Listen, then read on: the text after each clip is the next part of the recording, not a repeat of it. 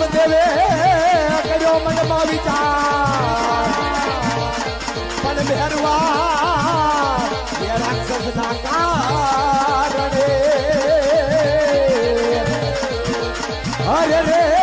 ઓલા દુઃખ ના પાવે હાલ હાલ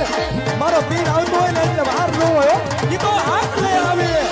આ પીર છે પીર છે